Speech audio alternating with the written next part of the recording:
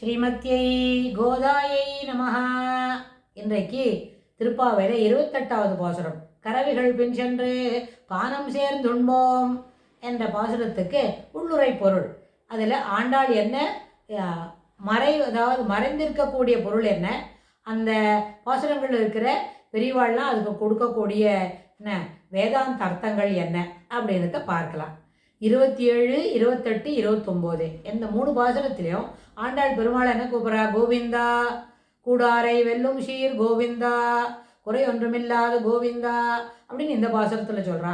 பெருமாளை போய் கேட்குறா, இந்த மாதிரி கறவைகள் என்கிட்ட சரணாகதி பண்ணணும் அப்படின்னு சொல்கிறா. ஆனால் பறை தருதியாகில் அப்படின்னு 2-3 பாசுரத்துக்கு முன்னே கேட்டா, கொடுப்பியா, கைங்கரியம் கொடுப்பியா, அப்படி கொடுத்துடணும் அப்படின்னு கேட்டா.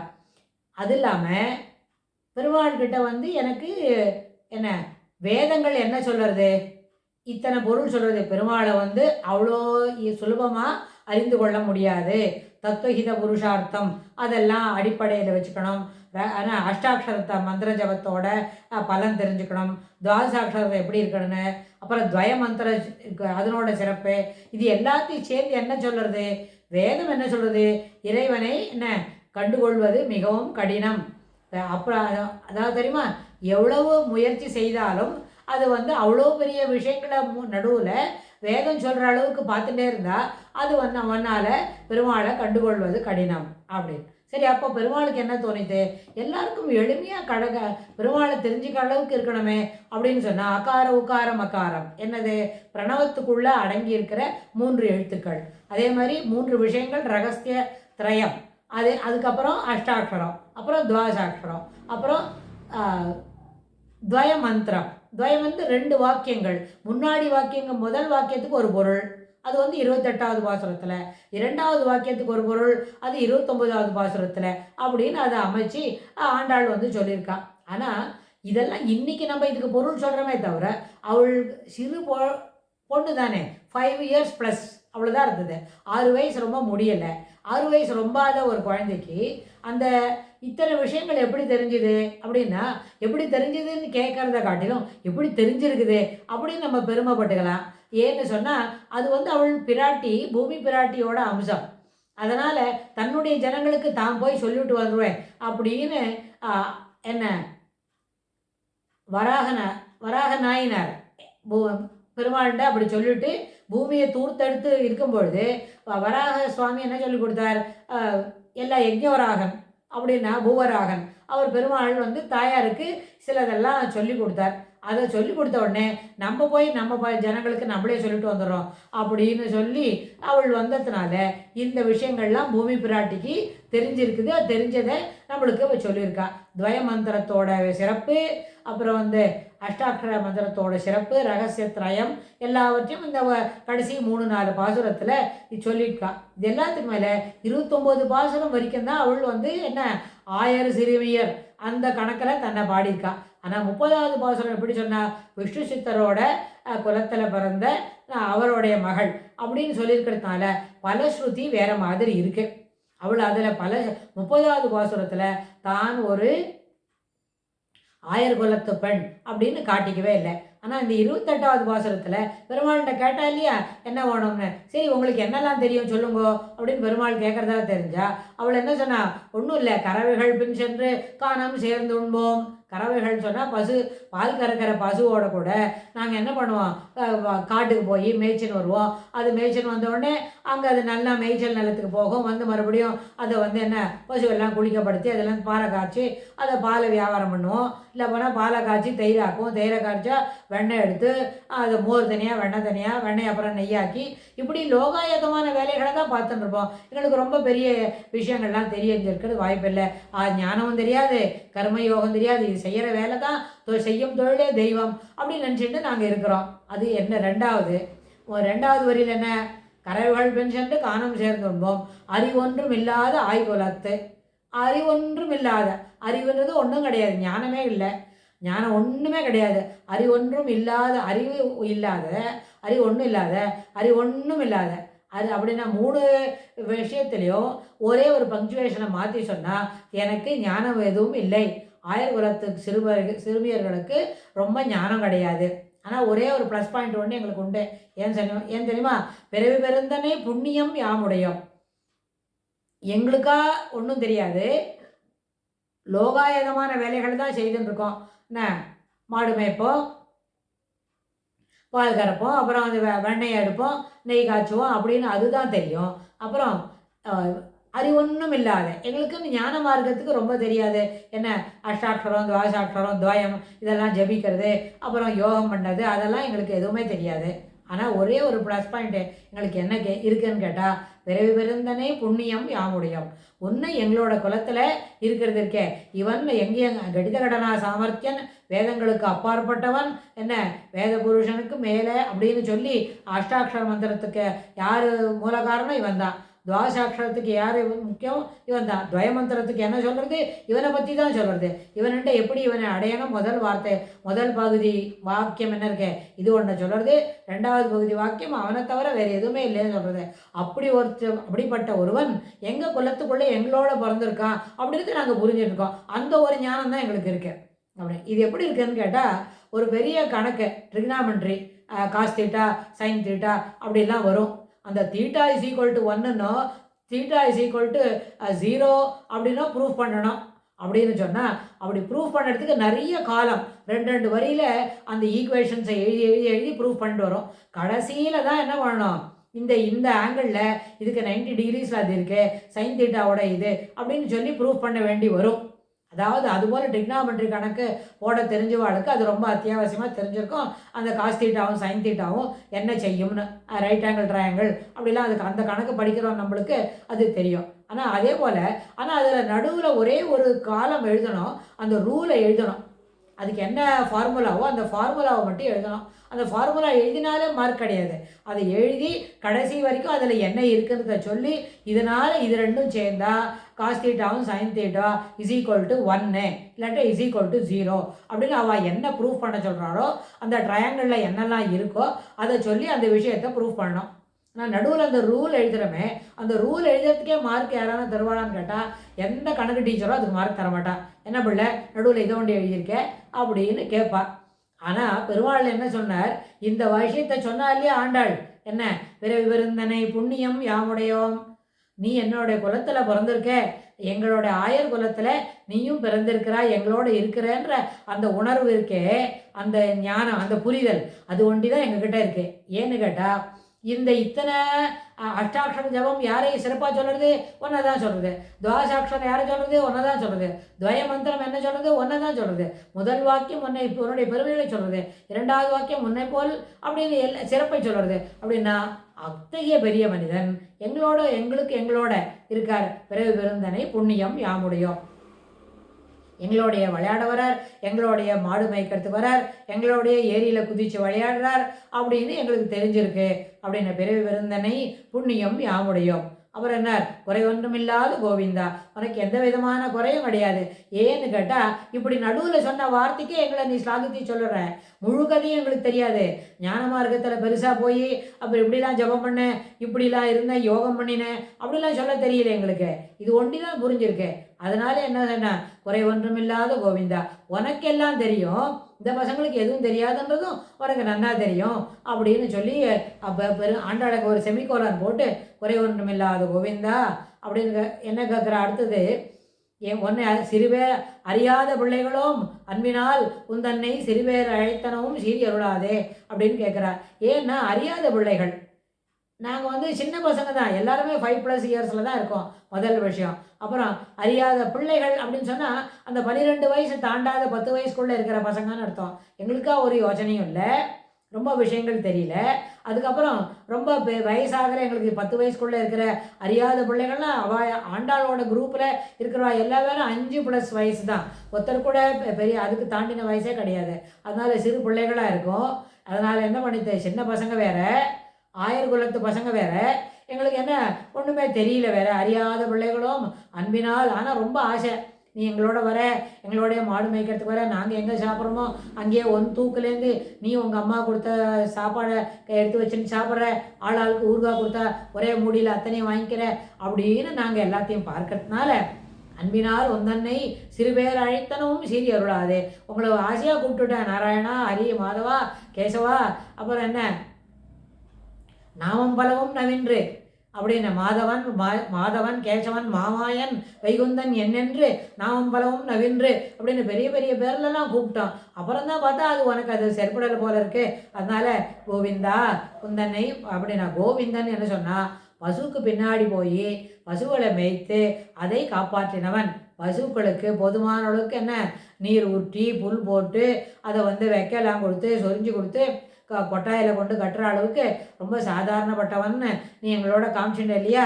அதனால் கோவிந்தான்னு கூப்பிடுறதுக்கு பதிலாக உங்களை என்ன கூப்பிட்டுட்டேன், மாமாயன், வைகுந்தன் என்னென்று நாமம் பலவும் நாராயணனே நமக்கே வரை தருவான் ஓரோர் புகழ படிந்து அப்படின்லாம் சொல்லிவிட்டேன். அதனால் எங்களை மன்னிச்சுடு, சிறுபேர் அழைத்தனும் சீரி அருளாதே. அதனால் ரொம்ப கோவப்பட்டுக்காதே, கோவப்பட்டுட்டு அருளாத நின்றுடாதே. கண்டிப்பாக என்ன பண்ணணும், எங்களுக்கு அவசியம் அருள் வர வேண்டும்.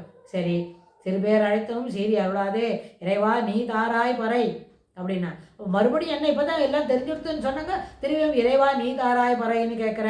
பறை ஏலோர் எம்பாவாய் இறைவான்னு இப்போ கூப்பிடச்சவே இறைவன் எங்கேயும் எல்லாவற்றுக்குள்ளும் நிறைந்திருப்பவன், எல்லாருக்கும் அந்தரியாமையாக இருப்பவன்.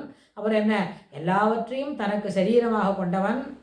அப்புறம் 17 உலகத்தையும் தன்னுள்ளே அடக்கியவன் அப்படின்ற அந்த பெரிய பெரிய வார்த்தைகள்லாம் தெரிஞ்சுட்டு நீ தாராய் பறை அப்படின்னு சொன்னால் எங்களுக்கிட்ட எதுவுமே கிடையாது. நாங்களாக கேட்டு வாங்கிறதுக்கு எந்த தகுதியும் இல்லை, எந்த முயற்சியும் செய்யலை. எந்த விதமான இதெல்லாம் எனக்கு தெரியும். இதெல்லாம் ஏற்கனவே இத்தனை வருஷம் தவம் பண்ணியிருக்கேன், இத்தனை வருஷம் என்ன பண்ணியிருக்கேன், உப்பு இல்லாத சாப்பிட்ருக்கேன், இத்தனை வருஷம் காற்று மட்டும் சாப்பிட்ருக்கேன் அப்படின்னு கிரெடென்ஷியல்ஸ் எங்கள்கிட்ட கிடையாது.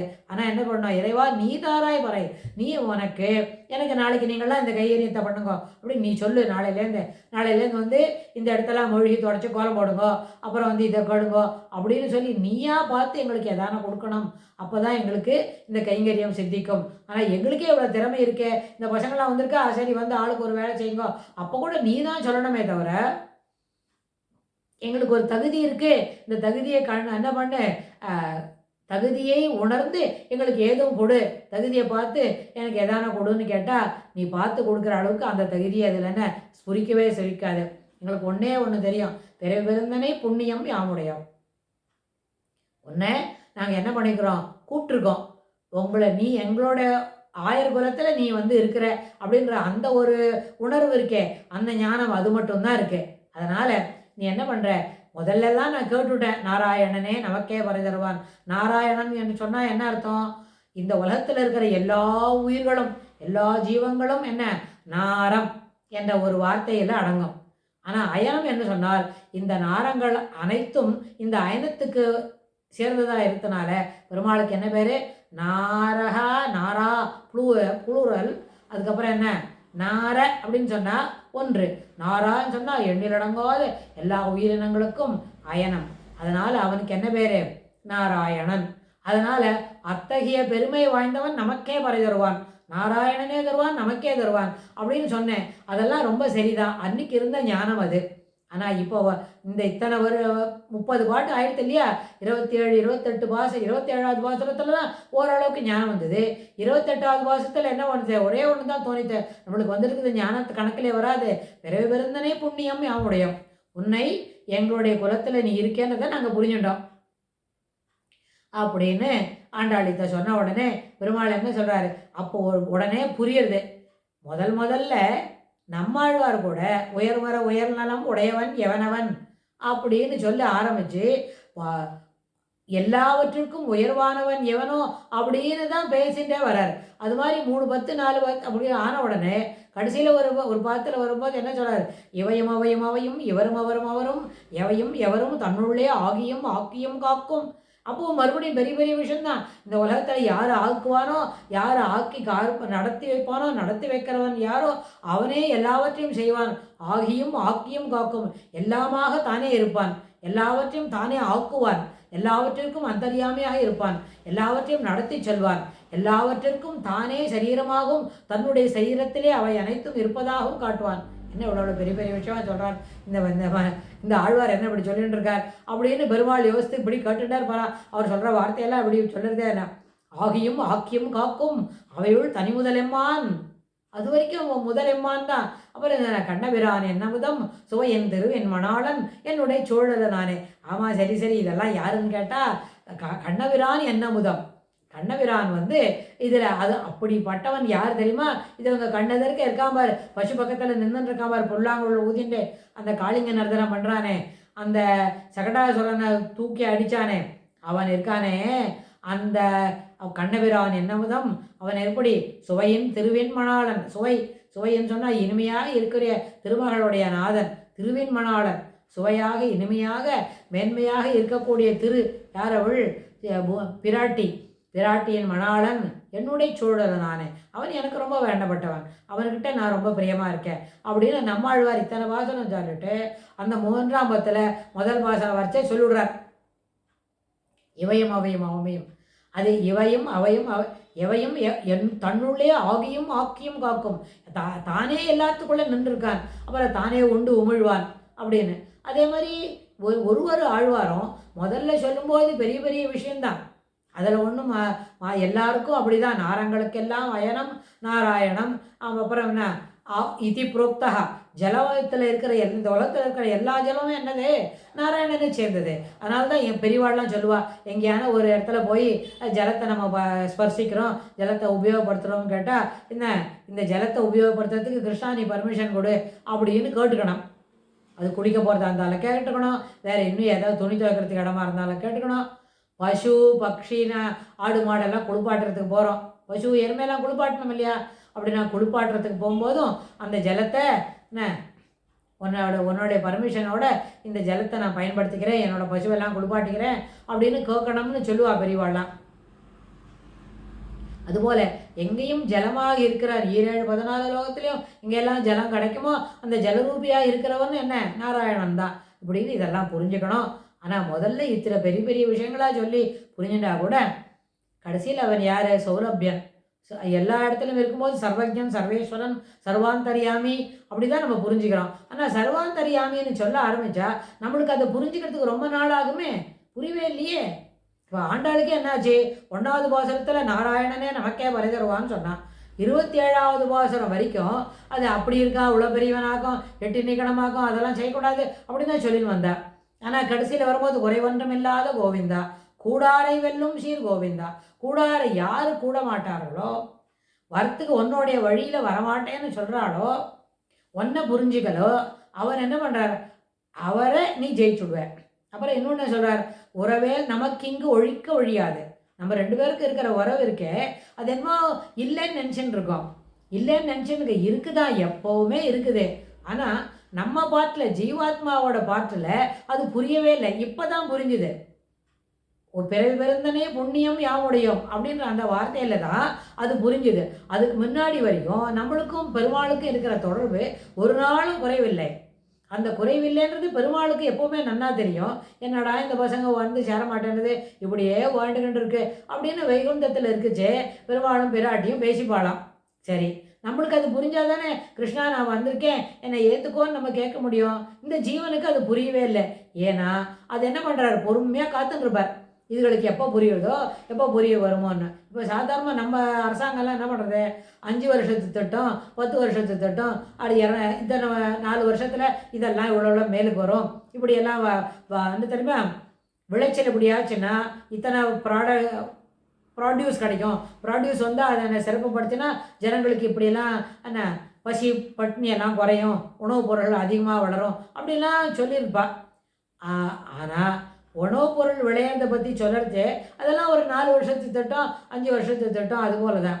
ஆனால் பெருமாள் என்ன பண்ணுறாரு? இந்த ஜீவாத்மா தன்னை அடையிறதுக்கு 200 வருஷம், 250 வருஷம், 500 வருஷம் போல் பொறுமையாக காத்துன்னு இருக்கார். ஏன்னா இந்த ஜீவனுக்கு அது புரியவே மாட்டேங்கிறது. 80 வயசானா கூட நமக்கும் பெருமாளுக்கும் இருக்கிற உறவு ஒழிக்க முடியாது. ஒழுங்கு மரியாதையை இப்போவே பெருமாள்கிட்ட சரணாகதி பண்ணேன், ஒழுங்கு மரியாதையை இப்போவே அவனே முழு முதற் பொருள்னு ஏற்றுட்டு அவன் காலில் கிருஷ்ணா காப்பாற்றுன்னு விழு. அவன் உடனே காத்துன்னுருப்பன். இவன் காத்துன்னுட்டான்னு சொன்னால் என்ன பண்ணான்? அடுத்தது உனக்கு எப்படி தெளிவு வரணுமோ அடுத்த ஒரு நாள்லையோ ஒரு வாரத்துலேயோ, ரொம்ப அதிகமாக போச்சுன்னா 30 நாள்லையோ உனக்கு தெளிவு வர வைப்பன். அவன் அதுக்கு தான் காத்துன்னு இருக்கான். 7 ஆட்டுன்னு கேட்பான் தான். ஏண்டா இத்தனை 80 வயசாக என்னடா பண்ணாங்க அப்படின்னு பெருமாள் கேட்பறதான். ஆனால் கேட்டால் கூட இந்த மாதிரி புரியல கிருஷ்ணா, இப்போ தான் ராத்திரி தான் புரிஞ்சுது, அதனால் உடனே ராத்திரி 10 மணிக்கு உங்கள்கிட்ட சொல்லிவிட்டேன் அப்படின்னு சொன்னியானே, அந்த சொன்னதை பெருமாள் ஏற்றுப்பார். அதுக்கப்புறம் உனக்கு பொறுமையாக வழிகாட்டுவார் மேலுக்கு எப்படி வருதுன்னு. அது அந்த பொறுமையாக காட்டுற வழி சிலப்போ நம்மளுக்கு ஒரு வாரத்தில் புரிக்கும், சிலப்போ ஒரு மாதத்தில் புரிக்கும், ரொம்ப அதிகமான சொன்னால் 25 வாரம் 30 வாரத்தில் புரிக்கும். இந்த விளக்கம், இந்த விளங்கிக்கிற இருக்கே, இந்த ஒரு செயல் முக்கியமான விஷயம் இருக்கே, அதை விளங்கிக் கொள்வதற்கு தான் நேரம் பிடிக்குமே தவிர, விளங்கின அப்புறம் நேரம் வேக வேகமாக நடக்கும். இப்போ 80 வருஷம் வரைக்கும் புரியாதது இப்போ ஒரு 8 நாள்லேயோ 10 நாள்லேயோ நல்லா புரிஞ்சிடும். அடுத்த மோஸ்ட் என்ன 50 நாளில் புரியும் அப்படின்னா, அப்போ பெருமாள் நம்மளுக்கு புரிஞ்சுக்கணும்னு அவனுடைய திருவடி வாரத்தில் இது சரணாகதி பண்ணால் அவர் என்ன பண்ணுவார், ஏற்றுனுடுவார். முள்ள நிதானமாக நல்ல விஷயங்களை புரிய வைப்பார். சீக்கிரமாக விஷயங்கள் காலத்தை என்ன பண்ணுவார், ரொம்ப கடத்த மாட்டார். ரொம்ப அது கடத்த மாட்டார். அதனால தான் நம்மாழ்வார் கூட என்ன கூவி கொள்ளும் காலம் குறுகாதோ, நீ என்ன கூப்பிட மாட்டியா, அப்படியே இருந்துகிட்டே இருப்பியா, இப்படியே நான் இங்கே வாழ்ந்துட்டு போனேன் அப்படின்னு கேட்டுக்கிறார். ஆனால் அவர் அப்படி கேட்கும்போது அவருக்கு வரும் 30-32 வயசு தான் இருக்கும். அதுக்கே அவர் அப்படி கேட்டுவிட்டார். இதிலே முதல் 16 வருஷம் அவர் யாரோடையும் பேசிட்டே இல்லை. வாயை திறந்து ஒரு வார்த்தையும் கூட பேசலை. அப்படியே வாழ்க்கை படுத்துட்டு இருந்தார். இறைவ அனுபவம், பகவத் அனுபவத்திலேயே அவர் பாட்டுக்கு அப்படியே திளைத்து கொண்டு இருந்தார். அப்புறம் தான் பேச துவங்கினார். பேச துவங்கின பிறகு சரமாரியாக வந்தது பாட்டு. அப்படியே சரம் போல வேகமாக அடுத்து வந்தது. ஸோ இது எல்லாத்தையுமே நம்ம கணிசிப்பித்து பார்க்கணும் என்று சொன்னால், சரணாகதி பண்ண பிறகு பெருமாள் நம்மளுக்கு நல்ல தெளிவான ஒரு நடை கொடுப்பார், தெளிவான ஒரு கண்ணோட்டம் கொடுப்பார். அப்படின்னு சொன்னால் அந்த தெளிவான கண்ணோட்டம் அத்தியாவசியம். நம்முடைய வாழ்க்கை என்கின்ற பயணம் இருக்கே, த ஜெர்னி ஆஃப் லைஃப், அதில் என்ன செய்யணும், இந்த தெளிவை நம்ம புரிஞ்சுக்கணும். அது புரிஞ்சுட்டாதான் சரணாகதி பண்ணால் அப்புறம் பெருமாள் தெளிவாக பண்ணி தருவார். அதனால தான் உறவே நமக்கு இங்கு ஒழியாது அறியாத பிள்ளைகளோம் அன்பினால் உந்தன்னை சிறுபேர் அழைத்தனும் சீரி அருளாதே இறைவா நீ தாராய் பறை. எங்களுக்கு ஏதோ தகுதி இருக்கே, இதெல்லாம் வந்திருக்கோம் கேட்டிருக்கோம், அடுத்த டிக் அடிச்சுட்டு உடனே என்ன பண்ணேன், எல்லாத்தையும் ட்ரான்ஸ்ஃபர் பண்ணேன், எல்லாத்தையும் சேங்ஷன் பண்ணேன் அப்படின்னு கேட்க முடியாது. அந்த அளவுக்கு அதில் அந்த தகுதி போகாது. அதனால் இறைவா நீ தாராய் பறை, நீயே உன்னுடைய கருணையின் அடிப்படையில் கருணை மிகுந்து நான் தயை கூர்ந்து எங்களுக்கு கைங்கரியம் என்கின்ற பறையை தந்துருள வேண்டும் அப்படின்னு இந்த பாசுரத்தில் கேட்டுக்கிறா.